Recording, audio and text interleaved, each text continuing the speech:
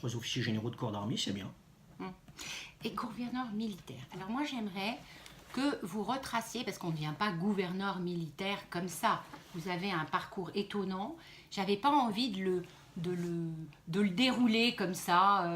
J'aurais aimé que vous me disiez comment on entre dans l'armée, comment on y reste, comment on y fait carrière et comment on devient ce que vous êtes aujourd'hui, c'est-à-dire un dirigeant qui est là avec une force de protection importante autour de lui. Et quand on voit aujourd'hui ce qui se passe en France, quand on voit les problèmes que nous avons avec la sécurité, c'est quand même un rôle extrêmement important. Donc j'aimerais que vous me disiez un peu votre vie. Wow, vous êtes indiscrète. Oui, mais les auditeurs et les auditrices, vous voyez, sont contents aussi de pouvoir Très bien. savoir qu'il y a un homme avec un cœur Ouais, derrière ce militaire de grande carrière. Bah, écoutez, Philippe Le Diacono. Enchanté. Enchanté, Fabienne. Je suis né à Castres il y a un certain nombre d'années, Castres étant dans le Tarn. J'ai voulu très tôt embrasser la carrière militaire. Je pense par conviction. Par conviction, tout simplement parce que mon père n'était pas français, il est toujours de ce monde, mais il n'est plus en activité professionnelle, il était artisan. Ma mère étant née au Maroc, mais française, donc pour nous c'était quelque chose d'important, cet ascenseur social comme on disait à l'époque. Et donc j'ai décidé de préparer Saint-Cyr, que j'ai réussi. Donc, étant Saint-Cyrien, j'ai pris l'arme des troupes de marine, et puis durant les 10 à 12 premières années de ma vie, j'ai été engagé dans différentes opérations à l'étranger, et puis occupé différents postes dans les régiments en France. À l'issue, j'ai présenté le concours de l'école de guerre, je l'ai réussi, et donc là, j'ai une deuxième partie de carrière essentiellement en administration centrale, sur différents sujets, que ce soit par exemple les ressources humaines, que ce soit l'emploi des forces, la doctrine, les opérations, mais aussi préparer l'avenir. Par exemple, il y a quasiment 10 ans de cela, le traité de Lancaster House franco-britannique. Ah oui. Et puis en 2012, eh bien, écoutez, j'ai eu la joie d'être proposé à la liste d'aptitude, et là j'ai tenu différents postes. Et donc tout ceci me confère pour pouvoir tenir ce poste à la fois de l'épaisseur organique, de l'épaisseur opérationnelle, et qui permet de prendre en compte le poste dans sa globalité, et notamment, comme vous le disiez, d'en revenir à l'essence même du poste. C'est peut-être le titre de gouverneur militaire de Lyon, qui n'est pas qu'une fonction de représentation. Si on se remonte au XIVe siècle avec Mercœur, le gouverneur, c'est celui qui contribue à la défense de la cité. Et malheureusement, depuis 2015, les armées, au travers de l'opération Sentinelle, dans le cadre de la lutte antiterroriste, eh bien, sont engagées au quotidien pour la défense de nos concitoyens, ici notamment en Auvergne-Rhône-Alpes. Justement, c'est vous qui avez parlé de l'opération Sentinelle. Ça, c'est toujours en activité? Oui, bien sûr. Vous pouvez expliquer aux auditeurs ce qu'elle est? Oui. Parce qu'on a l'impression d'être toujours en dire, mais où est l'armée? On la met devant des édifices pendant des heures et des heures, et ils ne peuvent pas bouger. Ils sont des gens qui sont sportifs et qui peuvent bouger. Je suis sûr que vos auditeurs ne disent pas cela, notamment ceux qui sont sur Lyon ou qui sont ailleurs, puisqu'ils peuvent constater qu'aujourd'hui, les soldats de Sentinelle sont toujours en mouvement, qu'ils soient en patrouille à pied, en véhicule. Il fut un temps où nous étions en statique, mais c'était, rappelons-nous-le, il y a plus de 3 ans de cela, à l'issue des tragiques événements de 2015, et en moins de 48 heures, 10 000 de nos soldats avaient été sur Paris pour sécuriser différents édifices, etc. Puis très rapidement, le ministère de l'Intérieur et puis le chef des armées ont compris que pour être efficaces, nous devions être employés sur notre champ missionnel, notre champ d'action, et donc mettre en œuvre des savoir-faire militaires avec des modes d'action militaires et des moyens militaires. Et aujourd'hui, Sentinelle, on le voit ici sur Lyon, je ne dirai pas combien nous sommes. Lyon est divisé en plusieurs secteurs, je ne dirai pas combien, et dans chaque secteur, vous avez donc un volume de militaires affectés et qui sont chargés d'être dynamiques, d'être, je dirais, non prédictifs, de façon à renverser la charge de la preuve, quoi. Les méchants, ce sont eux, c'est pas nous. Et donc le but du jeu, c'est de les mettre en permanence en difficulté. Général Diacono, vous avez beaucoup d'hommes sous vos... Oui. Ils sont combien là? Bon, on est dans la classe des 20-23 000, toutes armées, directions et services. Puisque... En Auvergne-Rhône-Alpes? En Auvergne-Rhône-Alpes. Je ne parle pas sur l'opération Sentinelle, entendons-nous bien, d'accord? Oui. Puisque vous le savez, en tant que gouverneur militaire de Lyon, je suis le représentant du ministère des Armées. Oui. Et donc j'englobe, je dirais, quelque part, sans les commander, là encore une fois, directement, j'englobe toutes les directions, services et puis responsables d'armée. Donc ça nous fait de la classe de 20-23 000 personnes. Est-ce que je peux vous poser une question indiscrète, bien que je sache que vous ne répondrez pas quand j'outrepasse, disons, la réserve à laquelle vous devez faire droit?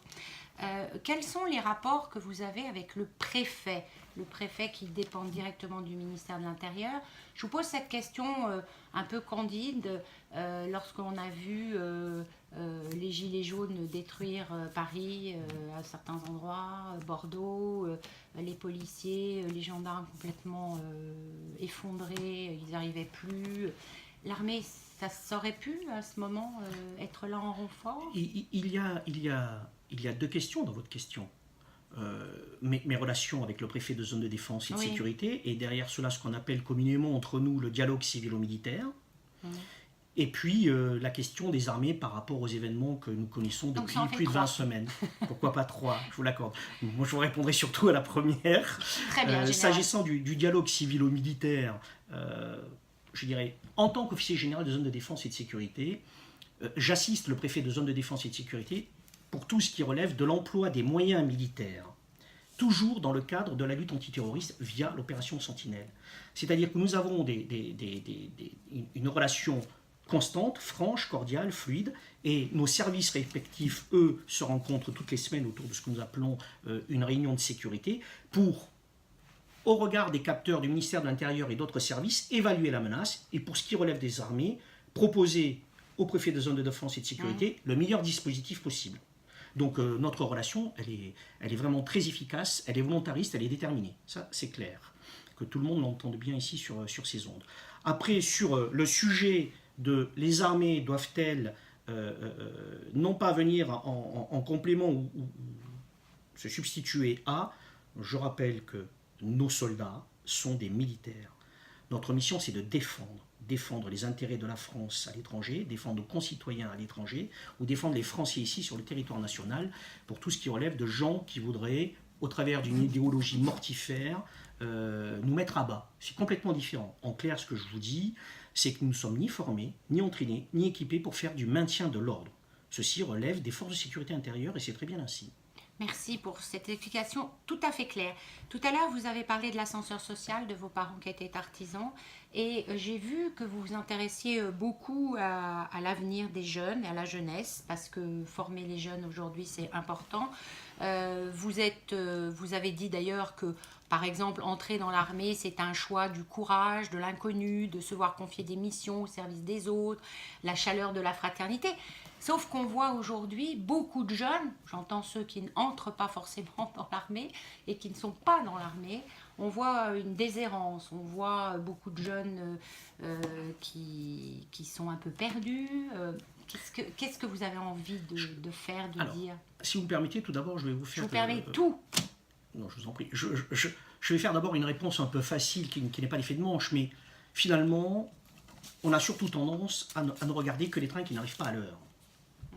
Et donc, une toute petite partie de jeunes qui finalement soit mettent un peu le bazar, soit ceci, soit cela. Mais quand même, la très grande majorité, globalement, se sentent bien. Par ailleurs... Donc, optimiste sur la jeunesse. Ah, mais de toute façon, il faut.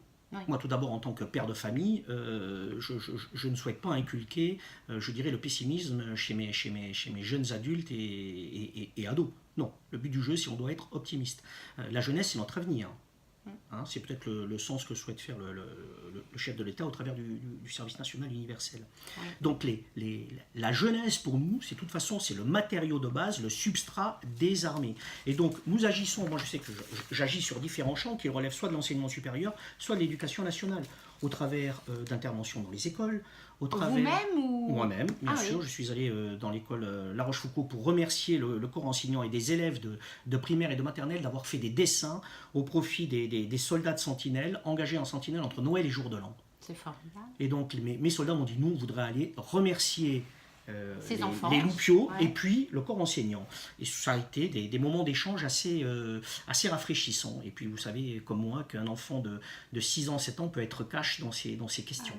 Vous croyez donc beaucoup au service national universel? Il va y avoir une expérimentation dans 13 départements. Oui, je crois qu'il y en a une dans le Puy-de-Dôme. Oui, il y en a une dans le Puy-de-Dôme qui va débuter. Écoutez, le service national universel, c'est un projet de société souhaité par le chef de l'État, qui, à mon sens, répond à une volonté forte de faire...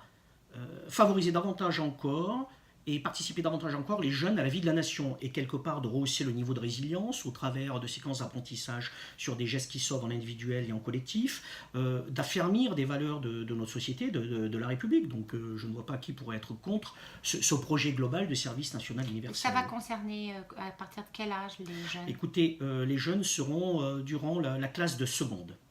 Ah Voilà, oui, donc plutôt à les l'entrée tranches au lycée. 16-17 ans, plutôt 16 ans, 15-16 ans. Voilà, à l'entrée du lycée, vous aurez une phase obligatoire, d'accord. Tout ceci est piloté par l'Éducation nationale.